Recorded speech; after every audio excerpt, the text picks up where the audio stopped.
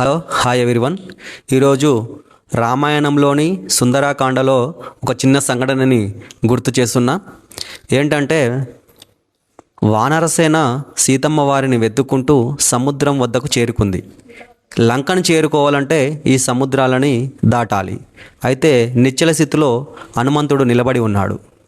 అప్పుడు హనుమంతుడికి తన శక్తిని గుర్తు చేసింది జాంబవంతుడు. మరి ఈ జాంబవంతుడు ఎవరు? జాంబవంతుడు వానరసేనలో పెద్దవాడు, జ్ఞానవంతుడు, మేధావి. అయితే హనుమంతుడికి తన శక్తిని మర్చిపోయే శాపం ఉండేది.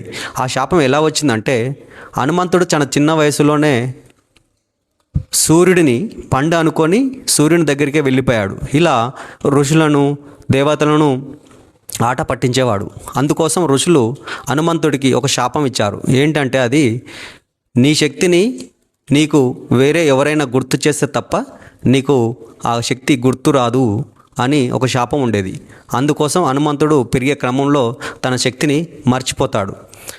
అంటే జాంబవంతుడు హనుమంతుని యొక్క శక్తిని, బలాన్ని గుర్తించి నువ్వు శక్తివంతుడివి, నువ్వు తప్పకుండా ఈ సముద్రాన్ని దాటి లంకలో ఉన్న సీతమ్మ వద్దకు నువ్వు చేరుకోగలవని మోటివేషన్, తన సామర్థ్యాన్ని గుర్తించి ఆ జాంబవంతుడు చెప్పడం వల్ల హనుమంతుడు సముద్రాలను దాటి లంకను చేరుకోగలిగాడు.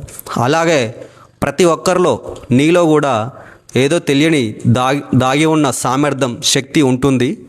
నీకు కూడా నీ పక్కనున్న మిత్రులు కానీ, నిన్ను ఎవరైనా అబ్జర్వ్ చేస్తున్న నీ గురువులు కానీ, మీ పక్కన వాళ్ళు కానీ, మీ కొలీగ్స్ కానీ నీలో ఉన్న సామర్థ్యాన్ని అప్పుడప్పుడు వాళ్ళు గుర్తిస్తుంటారు. నీ సామర్థ్యం నీకు తెలియదు. ఖచ్చితంగా నీలో ఉన్న సామర్థ్యం ఏందో నువ్వు తెలుసుకొని ముందుకెళ్ళగలిగితే నీ లక్ష్యాన్ని మీరు ఖచ్చితంగా చేరుకోగలుగుతారు. Thank you.